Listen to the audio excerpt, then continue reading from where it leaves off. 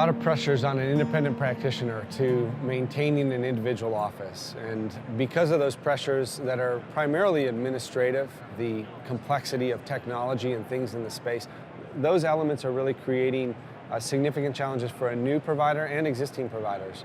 The existing providers are having difficulty because they don't have the technology background to even respond to some of those complexities. And the new or emerging providers oftentimes don't have the relationships that create business synergies that can overcome the initial hurdles and roadblocks or speed bumps to getting a practice up and going. As a result, what we're seeing more just simple consolidation between independents. You're seeing group practices be much more prevalent than solo doctor practices. And this varies depending on where you are, what the demographics of the community, if you're in a small community or a large community. But by and large, those pressures are having a general effect on the marketplace. There are a lot of consolidators out there.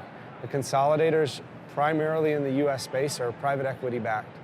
Many of them, as a result, are driven by profits and not necessarily driven by enhanced patient care, even though that may be a communicated message. That's just the reality of private equity. It's neither wrong nor right, it is what it is. For the provider who is committed to a long-term trajectory of care, really wants to elevate the level of care, and wants their patients and their practices to benefit from that, I think the models that need to be continually explored are doctor-owned and run models.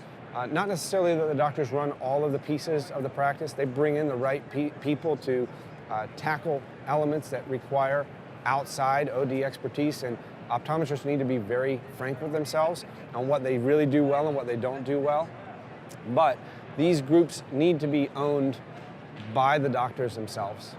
If they're not owned by the doctors themselves, who are putting that relationship with their patient as primary and making business decisions around higher quality of care over profits, recognizing that profitability comes when patient care is delivered at its best, you're going to see real challenges in the marketplace. So I think the future is bright, but I think we need people who get way outside the box of what we're traditionally thinking.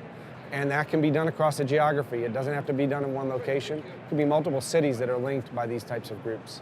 In the US market, the models that currently exist around consolidation that are really, I think, doctor and patient-centric and how they're derived, they're relatively small. Actually, the best model that I've seen in my estimation, and I've done a lot of research into this particular model, is a model out of Canada by the name of FYI doctors. The ODs own the practice and own the company. They have basically, I think, figured out how to do some of this stuff really well. It's not without its hurdles. Every business always has, I think, its challenges. But they've been able to elevate care, both from a delivery of care, how they equip their practices, uniformity of patient communication, the quality of the product and the services the patient also receive on the back end. The unique challenge in the US is to do that and to tackle medical well, which is a whole nother ball of wax. But I think that these integrated models that are doctor-owned, patient-centric, are able to deliver ultimately a better level of care because they're about the quality of healthcare. Outcomes are where they get their benefits.